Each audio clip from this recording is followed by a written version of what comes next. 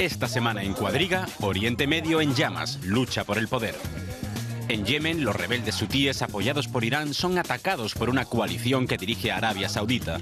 Los observadores llaman a este conflicto una guerra indirecta entre Teherán y Riad. Las dos principales potencias de la región tratan de ganar la mano en Oriente Medio. ¿Será Yemen el siguiente estado autoritario en romperse? Siria, el aliado más estrecho de Irán, ya está desintegrada. 4 años de guerra civil han devastado al país. Millones de sirios han huido. Mientras, Estado Islámico controla grandes zonas de Siria y del vecino Irak. Una cosa está clara: el antiguo orden regional dejó de estar vigente en Oriente Medio. Esta semana con ustedes, Silvia Cabrera. Hola, ¿qué tal? Saludos a todos en América Latina. Bienvenidos a Cuadriga. El tema de hoy, Oriente Medio, una región agitada y en rápida transformación. Los focos de inestabilidad se multiplican, así como también los conflictos que ponen en jaque los viejos equilibrios de poder en la región. La crisis de Siria, que lleva ya 4 años, la nueva intervención militar en Yemen, así como también la ampliación del poder de Estado Islámico en esa región, son todos algunos de los síntomas, pero también los resultados de esta difícil situación que atraviesa Oriente Medio. Vamos de inmediato a conversar sobre todo esto con nuestros invitados del día de hoy. Anje Bauer es periodista, politóloga, se especializa en Oriente Medio, Turquía y Afganistán. Trabajó como corresponsal en España para el diario alemán Tageszeitung.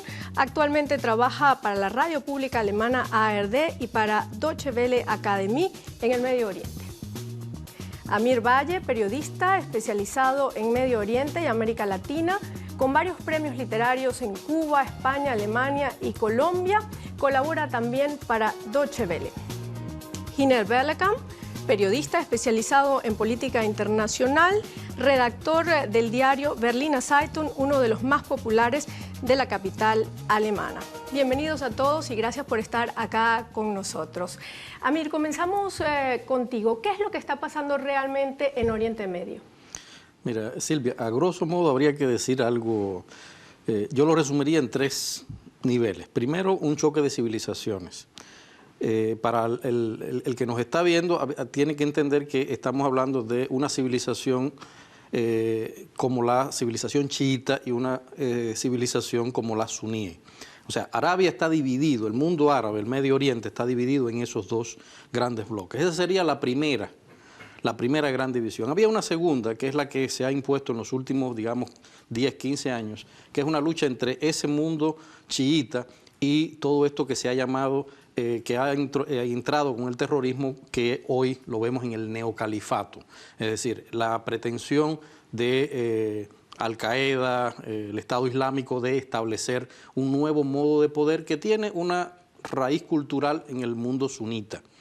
Y una tercera, que creo que es la más importante porque es la que engloba las otras 2 también, que es una eterna lucha entre los 2 grandes poderes que hay en la región actualmente. Por un lado, Irán, que, digamos, mayoría chiita, que representa todo el poder del chiismo en esa región, y por el otro lado, Arabia Saudita, y la coalición que que él engloba, Qatar, Egipto, etcétera, etcétera, Marruecos, Sudán, que están enfrentadas en dividirse geográficamente, territorialmente y económicamente el poder en esa región. Es decir, no se puede entender lo que sucede hoy en el Medio Oriente si no se tienen esas raíces culturales y si no se tiene también todo esto que lo podemos reducir como una especie de estrategia hoy geopolítica en la región. Anje, lo acaba de decir, se trata de una lucha étnica y también religiosa, pero hay unos intereses por detrás económicos y políticos. ¿Qué tan profundos son esos intereses económicos y de qué estamos hablando? Yo creo que los intereses económicos y de poder político son preponderantes. Estoy de acuerdo con lo que Amir dijo, pero yo lo vería un poco diferente en el sentido de que para mí la religión es una cosa que viene utilizada de algún modo para instrumentalizarla y para decir esto es lo nuestro, esto es lo que queremos eso es lo otro.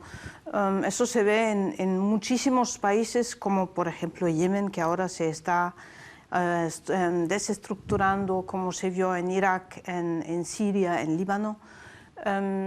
Son países que no tienen una unidad religiosa.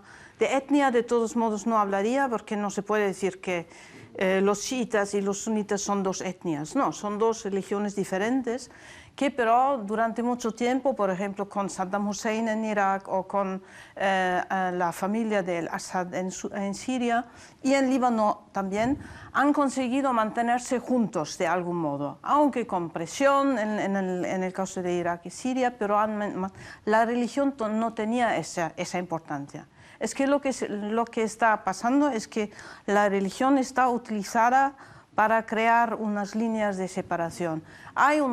Se está creando un nuevo orden postcolonial, diría, y una cosa así, desgraciadamente, muchas veces pasa por violencia, que es lo que está pasando. Giner, nuevo orden postcolonial. ¿Quiénes estarían dominando ahora la región de Oriente Medio? Por el momento nadie tiene hegemonía en la región, me parece, porque como dijo Amir, están los dos grandes actores regionales con el Irán, con Arabia Saudí. No olvidemos que hasta hace poco tiempo esto no era una rivalidad entre dos, sino entre tres, con el Irak como tercer factor. Solo en ese triángulo de los tres se puede entender todo lo que pasó con la guerra entre Irán e Irak. Y también las nuevas alianzas. Bueno, no hay que olvidarse de otro factor regional, otra potencia regional que es Israel, que también influye, y por supuesto Estados Unidos también influyen, y no influye mucho todavía, pero ya se percibe la influencia de un actor fuera de la región, que es China. Los intereses económicos chinos sí están jugando ya un papel. Ya vamos a hablar de las potencias internacionales que también están jugando acá en la región. Sin embargo, hablemos de Yemen, de lo que está pasando allí. Se habla ahora de una lucha entre Arabia Saudita e Irán, quizás una guerra fría, una nueva guerra fría. Eso es lo que dicen los expertos. ¿Tú qué opinas? Bueno, parte del fenómeno de la Guerra Fría era que era una guerra bien caliente en muchas partes del mundo. Y el Yemen puede ser un caso así. Hasta hace poco no se hablaba mucho de que la tribu de los Hutí en Yemen eran el aliado natural de Irán. Justo los dos pertenecen a la misma religión, eso sí, pero tanta alianza yo la quiero ver. Se dice que los hutíes están recibiendo armas de Irán. Las pruebas de eso, de que haya sido a gran escala, no las he visto todavía.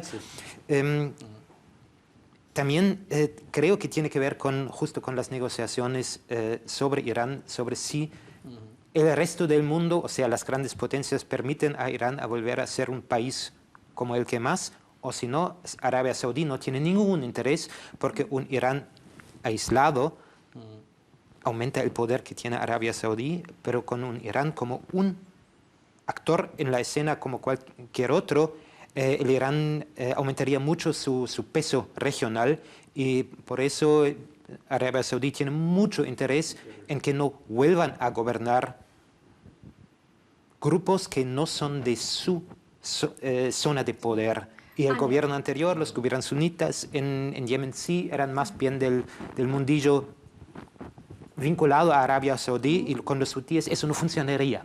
Claro. Anya, ¿tú qué opinas de todo esto?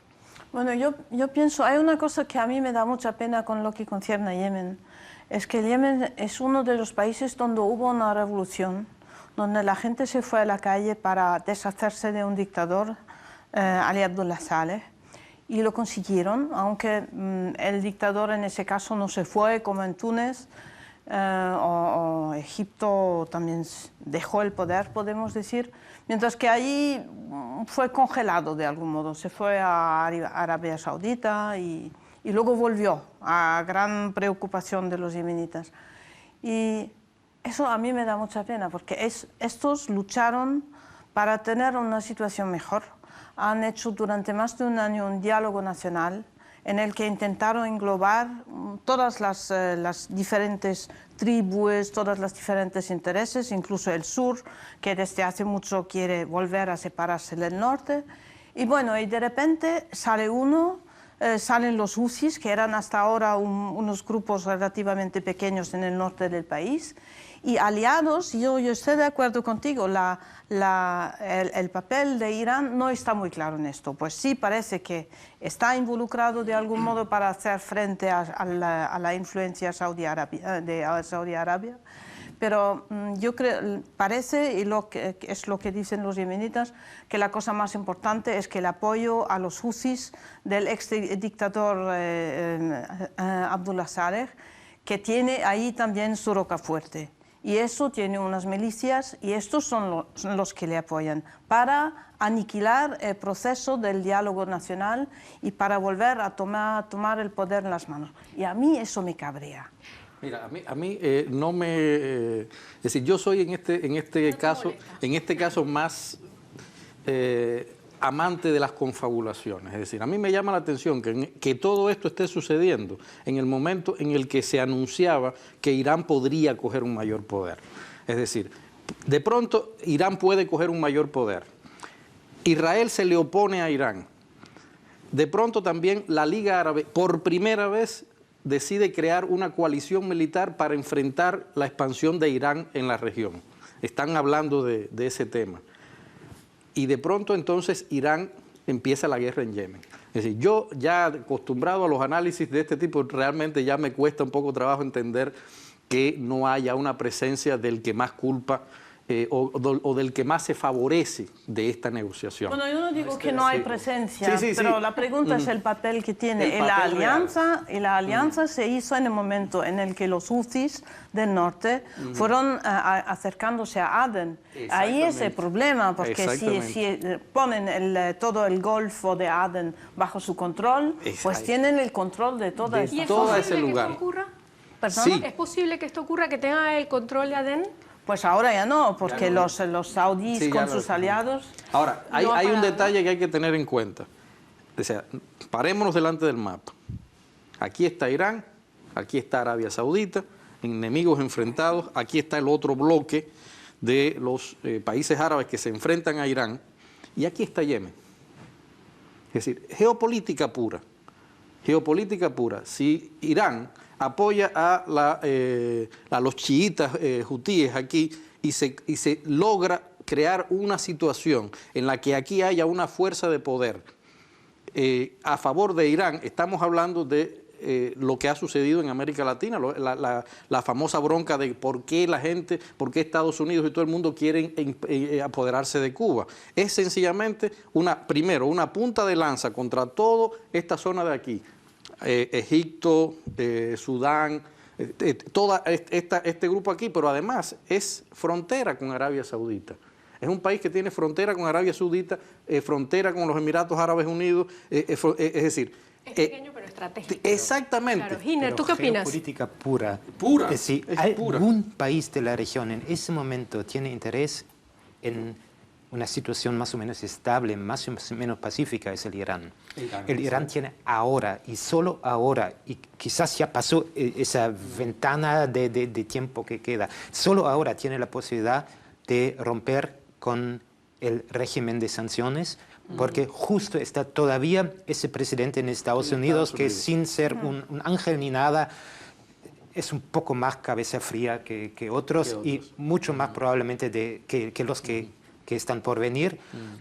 Y si Irán no logra ahora entenderse con Estados Unidos y con los otros países, entre ellos Alemania, no lo va a lograr por mucho tiempo. Irán no tiene ningún interés geopolítico en este momento de crear un nuevo frente. Ninguno. Yo lo y dudo entonces totalmente. los que tienen un interés ahora son los que no quieren que Irán vuelva. Entonces Arabia Saudí tiene Exactamente. un interés. Y por supuesto los grupos que se oponen al acuerdo. Yo creo que lo que hay que mirar es algo. En política existe una cosa que se llama la estrategia tercera. Es decir, según todo lo que significa ahora, este es el momento, como tú lo has dicho, de que Irán aproveche para quitarse encima todas las sanciones, para poder enriquecer los uranios, para hacer todo lo que quiera. Este es el momento. este es el momento. Por eso está haciendo toda la campaña que está haciendo internacional con Rusia, China y América Latina básicamente. Pero sabe Irán, que ahí vamos a la tercera opción, esta tercera estrategia que siempre hay en política, que Arabia Saudita y el resto de su coalición está haciendo ese mismo lobby, lo está haciendo para Europa y el resto del mundo. Y entonces está tratando de buscar un apoyo. Por primera vez todas las condiciones hacen que la Liga Árabe e Israel estén contra un mismo enemigo, Irán en este caso. Es decir, uno no se puede olvidar de eso.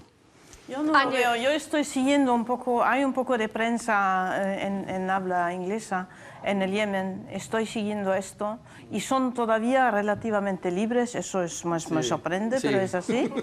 Sí. Y no hablan de iraníes.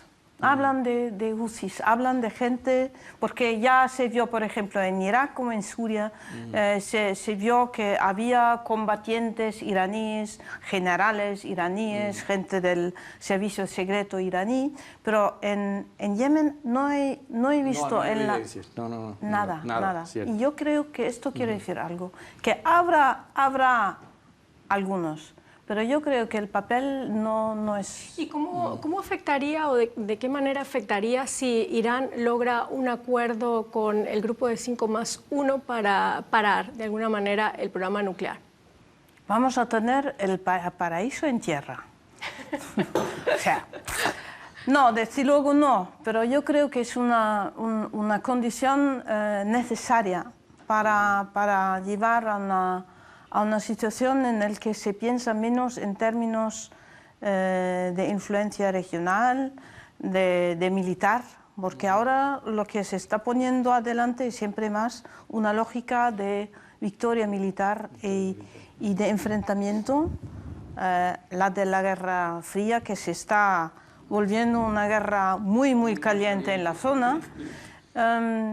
Yo creo que es una cosa que se tiene que llevar a cabo ahora mismo y aunque el acuerdo no fuera completamente satisfactorio para Occidente, hay que decir que cualquier acuerdo también no será satisfactorio en Irán, porque no nos olvidemos que en Irán también tenemos a un lado reaccionario muy conservador y que está en contra de un diálogo con Occidente, que está en contra de dar cualquier cosa. Yo creo que hacer ese paso y llegar a un acuerdo es importante tanto para la situación regional y global en ese sentido, pero también para apoyar al régimen en Irán que es un poco más liberal del anterior y para dar una posibilidad de apertura, que si no habrá Estados Unidos donde habrá probablemente un presidente de los halcones y habrá Irán que volverá a cerrarse. Claro, seguimos en Yemen, la situación es complicada ahí, como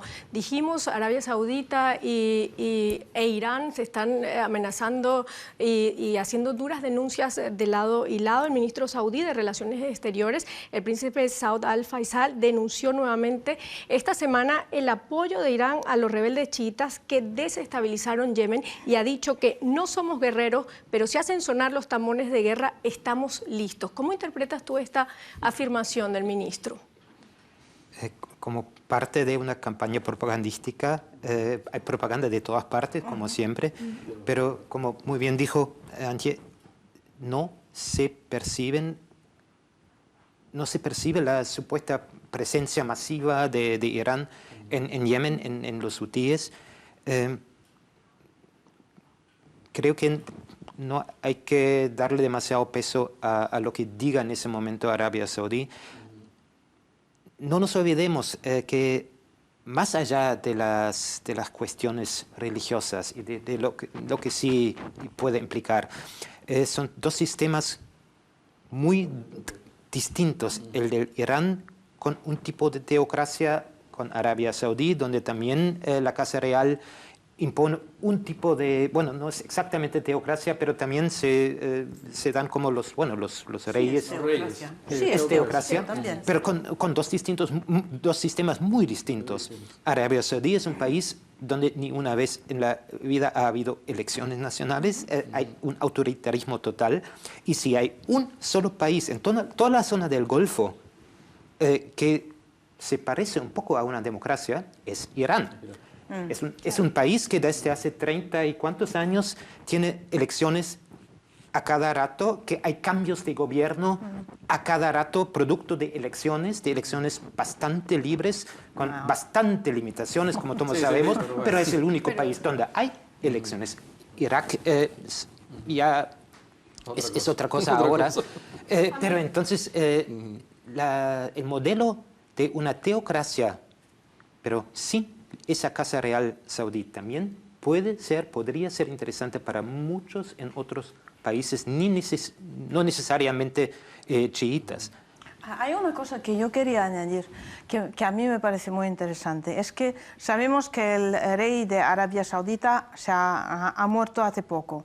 Ha sido sustituido por un hijo que tiene 78 años o una cosa así. O sea que se está preparando una nueva generación.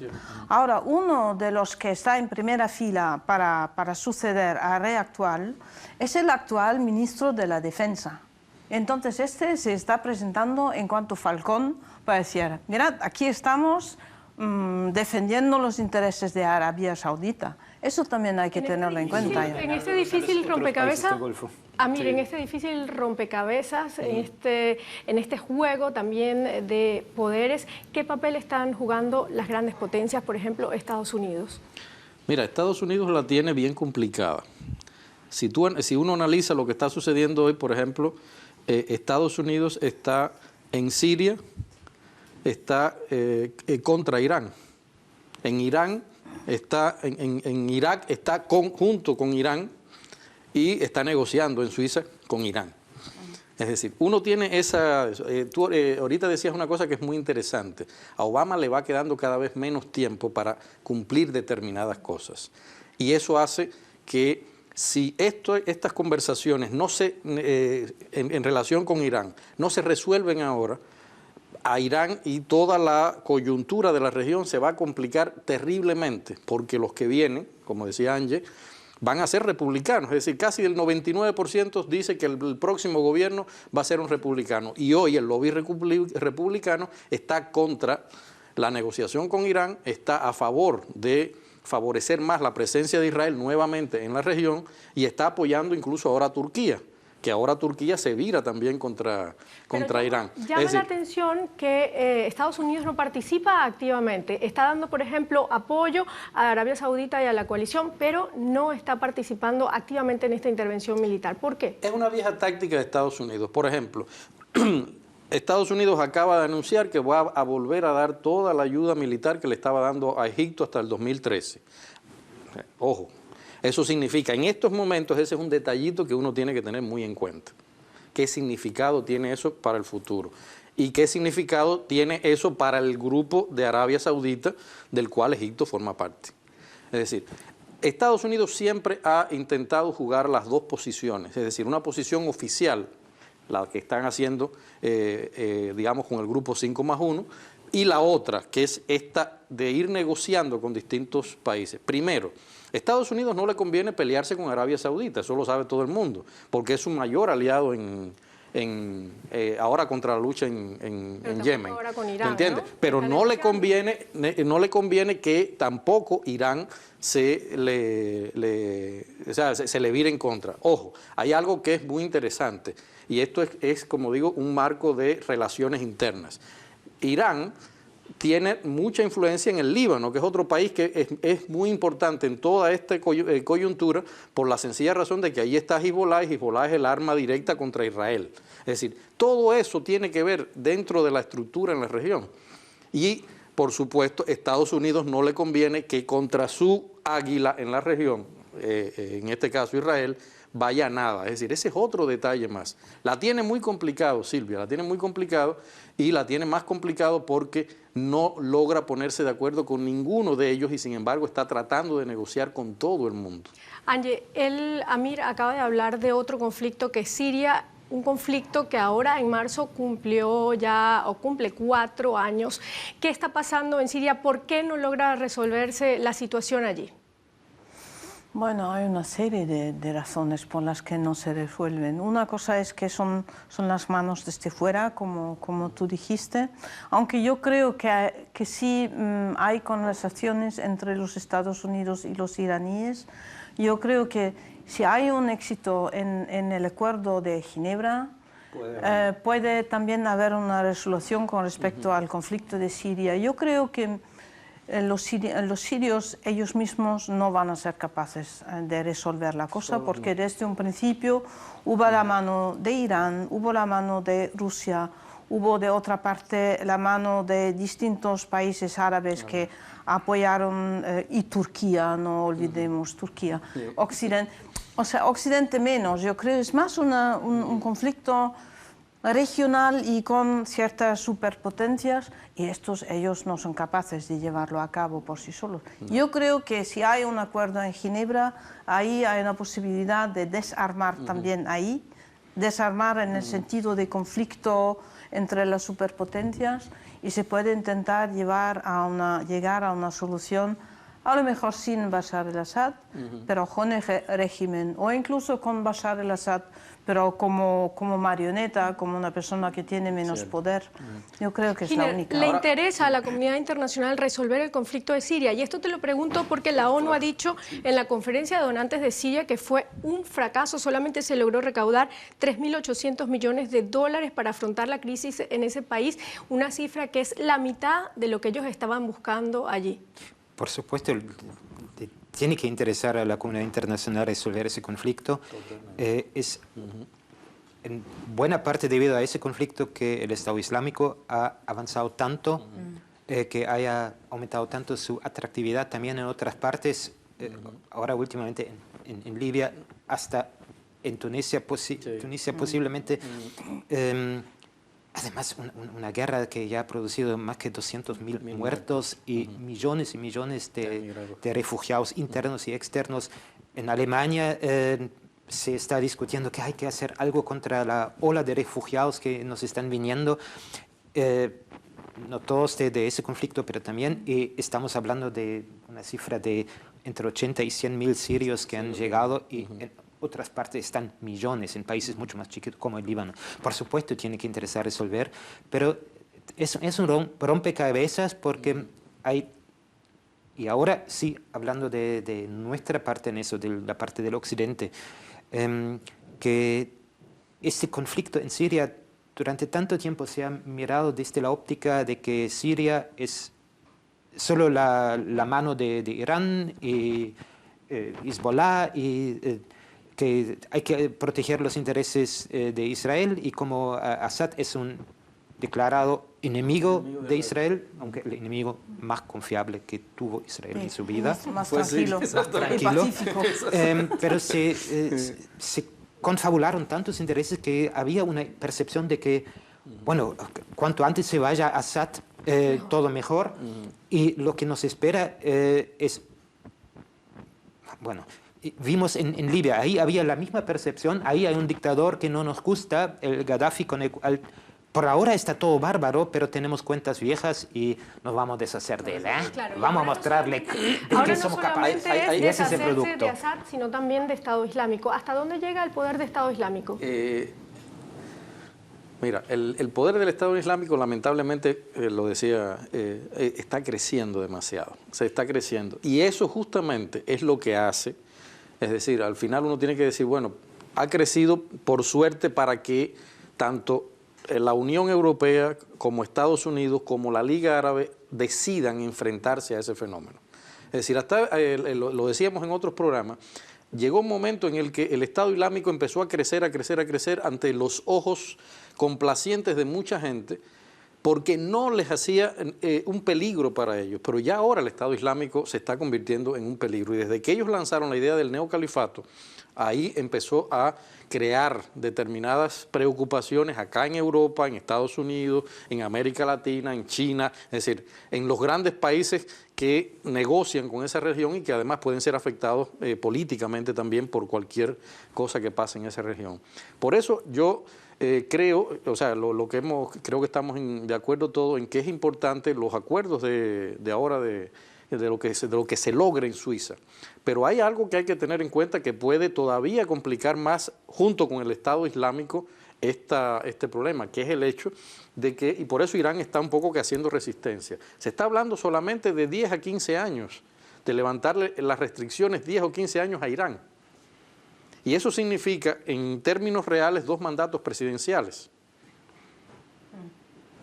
Es decir, esa es la otra cosa, la eterna lucha es por eso. ¿Qué pasará si se logra levantarle en un tiempo corto las sanciones y después se le vuelven a levantar las sanciones? Pero eso no me parece factible porque las sanciones de las Naciones Unidas no se pueden suspender por 12 ni 15 años, además con qué votos en el Consejo. Pero lo que se está hablando en las negociaciones es darle a Irán un alivio de 10 a 15 años y después nuevamente empezar a negociar.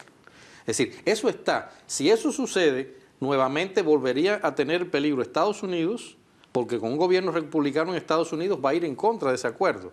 Y habría que empezar de nuevo con el mismo problema. El otro gran problema es, si Irán finalmente, que además, como todos sabemos, engañó a medio mundo con determinadas informaciones sobre el enriquecimiento. Igual que Estados Unidos engañaron a todo el mundo con las informaciones sobre supuestas armas de destrucción masiva en Irak, y varias de las cosas que se le reprochan a Irán, después la Agencia Internacional de Energía Atómica dijo que no, que las informaciones que dieron los iraníes eran correctas. Correctas.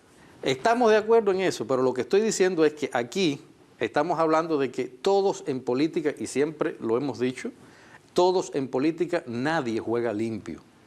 Es decir, eso es una regla de oro. Y hay uno que juega más sucios que otros. Y Estados Unidos es el rey de jugar sucio. Siempre yo lo he dicho en todos los programas.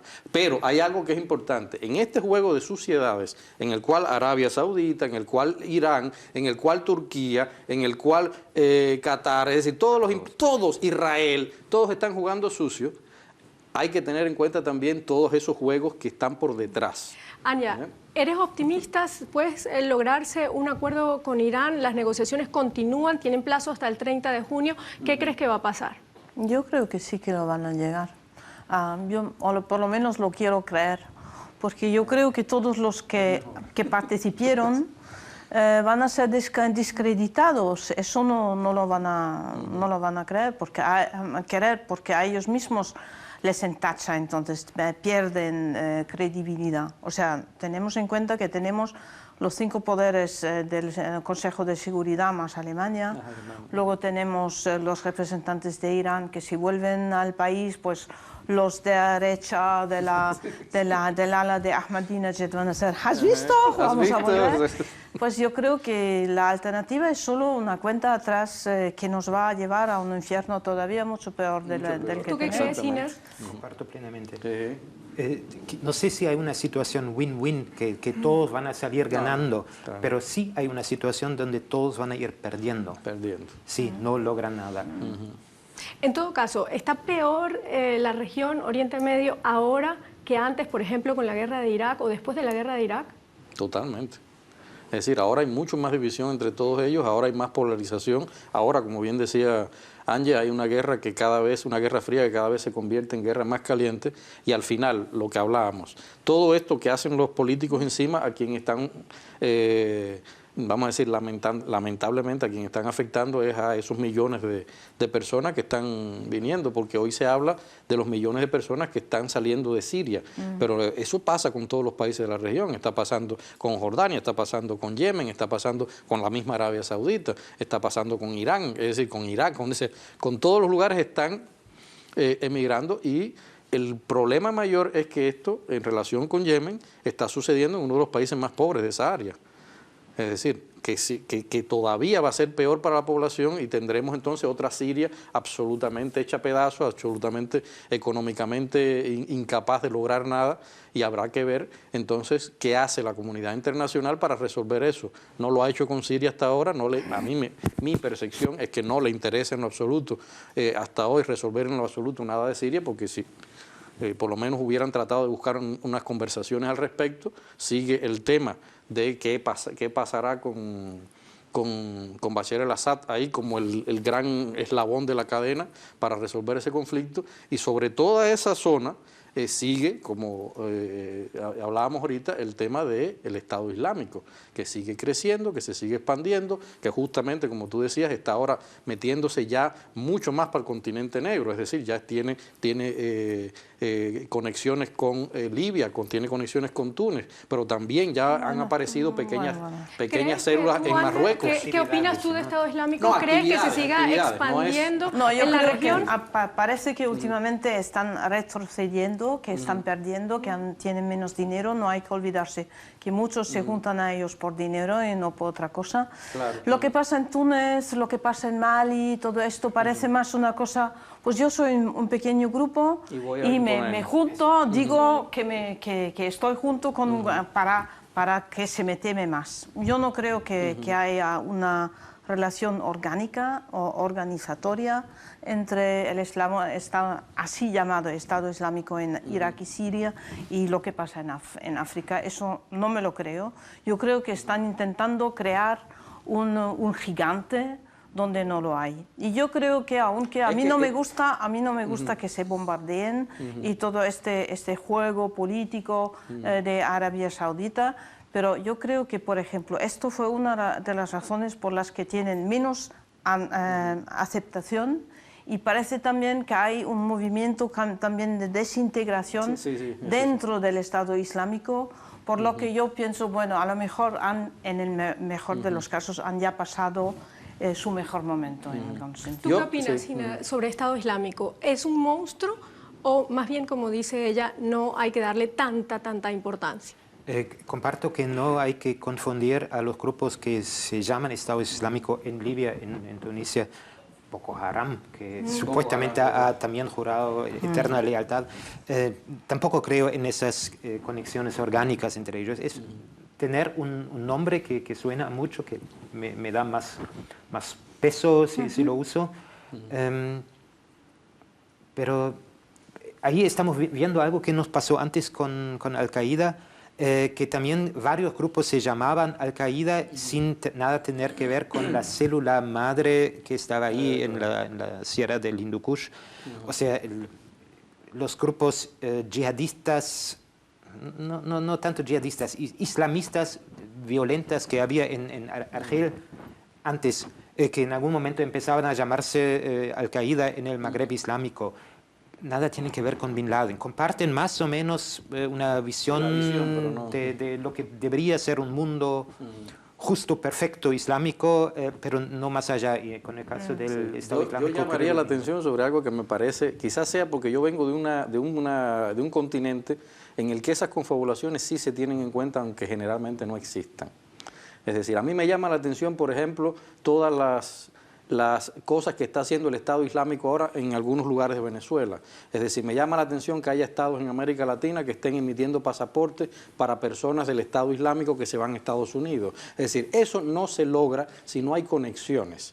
Y el miedo mío es que nuevamente nos vuelva a pasar que por no mirar a un fenómeno y tratar de buscar todas las conexiones posibles, volvamos a tener problemas como que se nos estallen, vamos a decir, de pronto un problema tan grave en las manos, es decir, como pasó. Es decir, cuando empezó, si nos recordamos cómo empezó el Estado Islámico, nadie se fijaba en ello porque eran una cosita así. De pronto empezaron, nadie sabe hasta hoy quién financió realmente al Estado Islámico. Es decir, nadie lo ha podido demostrar, pero era obvio que lo estaban financiando. Y es decir, es un llamado como de alerta. Fijémonos en esas cosas para no dejar... Claro, la situación no es nada fácil, hay muchísimas luchas en Oriente Medio, también conflictos. Sin embargo, ¿podemos creer que se va a estabilizar la región? A corto plazo, imposible. A mediano plazo, quizás, pero el primer paso debería... No, el primer paso debería ser el acuerdo entre el resto del mundo e Irán. Y el segundo paso tiene que ser la resolución del conflicto entre palestinos e israelíes por los territorios ocupados. Si no se resuelve eso, nada de estabilidad. ¿Tú qué opinas? Muy brevemente. Totalmente. Bueno, estoy de acuerdo con el punto 1, no estoy de acuerdo con el punto segundo. Yo no creo que el conflicto palestino-israelí tiene ese papel en todo lo que se juega en la zona. Yo creo que en la zona se están abriendo todas las líneas que se hicieron de parte de los colonialistas y se está creando, están intentando de formar una nueva geografía política y yo creo también a medio plazo incluso no se va a tranquilizar. Una nueva geografía política, pero ¿cómo se estaría armando esta nueva geografía nuevos política? Estados, si quieres, nuevas zonas de influencia. Esto, sobre todo. Yo creo que no estoy segura que los estados nacionales que han sido creados por los poderes colonialistas y que son artificiales, que van a mantenerse. ¿Tú qué opinas? No, totalmente de acuerdo, aunque en ese caso estoy también de acuerdo con él. Yo creo que cuando no ha existido otro problema en el Medio Oriente, siempre el problema árabe, o sea, Israel o palestino, ha sido el corazón de todos los problemas. Porque lamentablemente, lo hemos dicho muchas veces, la unidad israelí o judía siempre ha sido así.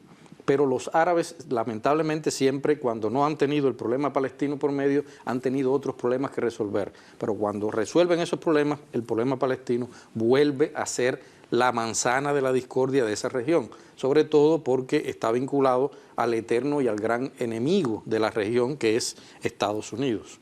Hablamos de un nuevo mapa. ¿Quién está dominando ese mapa ahora? No, nada, lo hablábamos ahorita. Es decir, en este momento no se puede decir que hay nadie ganando. Es decir, yo creo, por lo menos, que en este momento hay tres grandes fuerzas. Por un lado está la fuerza de Irán, Arabia y el Estado Islámico, que no hay que descartarlo. Bueno, ya lo acaban de escuchar, ustedes también lo dijeron, una difícil situación la que se vive en Oriente Medio. Nos quedaría otro programa más para seguir analizando todo lo que ocurre allá. Sin embargo, lamentablemente hemos llegado al final. Muchísimas gracias, Amir, muchísimas gracias, Angie, a ti también, Giner, muchísimas gracias. Y a ustedes, muchísimas gracias por habernos acompañado. Por supuesto, los esperamos en un nuevo programa de Cuadriga y les deseamos desde aquí, desde Alemania, a todos América Latina, feliz Semana Santa. Hasta luego.